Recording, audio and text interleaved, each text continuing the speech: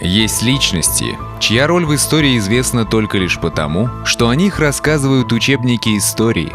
Для большинства людей они являются персонажами, лишенными внутреннего содержания и смысла. Ахмед Заки Валиди Таган к таким историческим личностям, безусловно, не относится. Хотя бы потому, что результаты его борьбы самоочевидны. Валиди является основателем Башкирской республики, того субъекта Российской Федерации, гражданами которого мы являемся.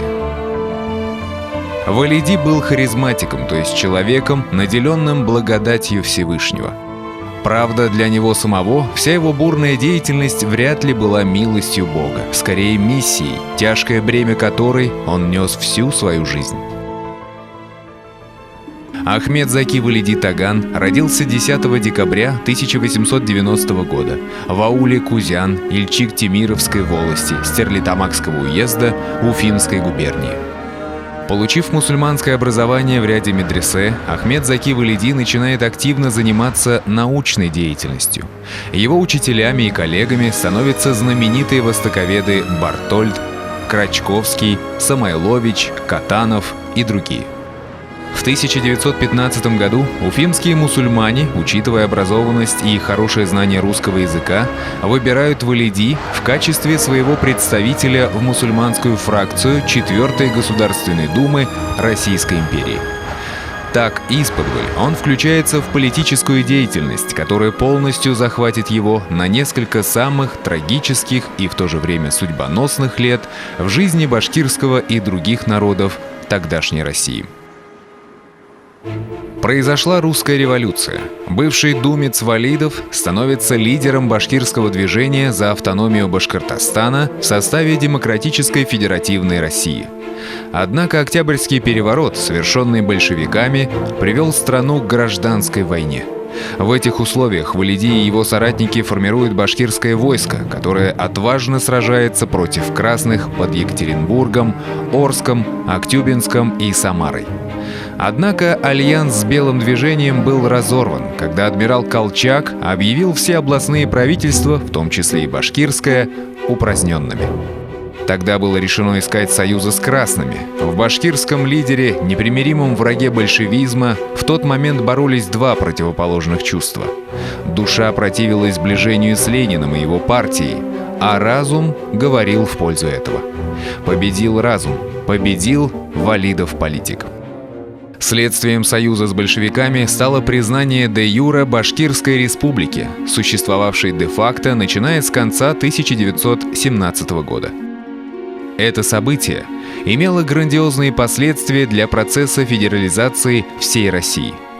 Не случайно Валиди считается не только отцом-основателем Башкирской республики, но и одним из основоположников российского федерализма.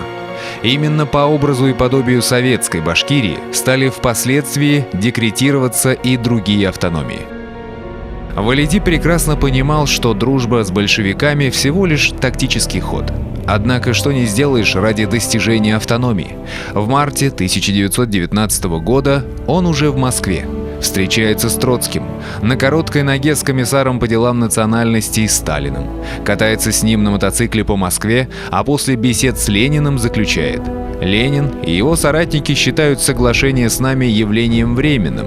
В будущем нас, как узбекских мул и финских капиталистов, они отбросят в сторону, а власть передадут в руки членов коммунистической партии, которых выпестуют со временем. В сентябре 1919 года в Оренбург приезжает председатель ВЦИК Михаил Калинин, чтобы обсудить ситуацию вокруг Валидовской Малой Башкирии.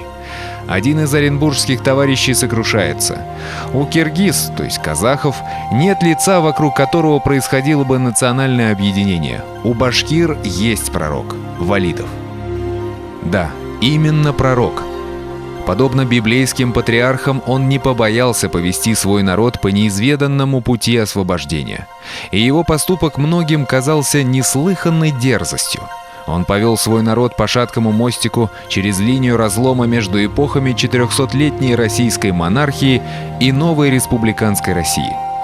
Он не побоялся взять на себя ответственность за последствия, ибо верил в свой народ, а народ верил ему. Летом 1920 года Валиди покидает Башкортостан, понимая, что его миссия, отца-основателя республики, закончена. Пророк опять в состоянии мятежа, занимается организацией повстанческого движения против Советов в Средней Азии, создает Национальный совет Туркестана, во главе которого сам и встает. Борьба басмачей с большевиками длится 3 года, но силы слишком неравны. В 1923 году Ахмед Заки Валиди эмигрирует сначала в Европу, затем в Турцию. Там он становится выдающимся ученым-востоковедом. Покидая пределы родной страны, он пишет прощальное письмо башкирскому народу, в котором есть такие слова: «Если бы с 1917 по 1922 годы мы не воспользовались возможностью подняться на борьбу и остались бы без движения, то нам трудно было бы воспользоваться такой возможностью в будущем. Эта возможность длилась очень короткое время, однако мы сумели ею воспользоваться. Совершенные нами дела, так же как и дела Кучук-Султана, его сына Мурат-Султана, Бишай-Султана, его сына Ырыс-Мухаммед-Султана, Карасакала, Батырши, Салавата, оставит после себя великие воспоминания».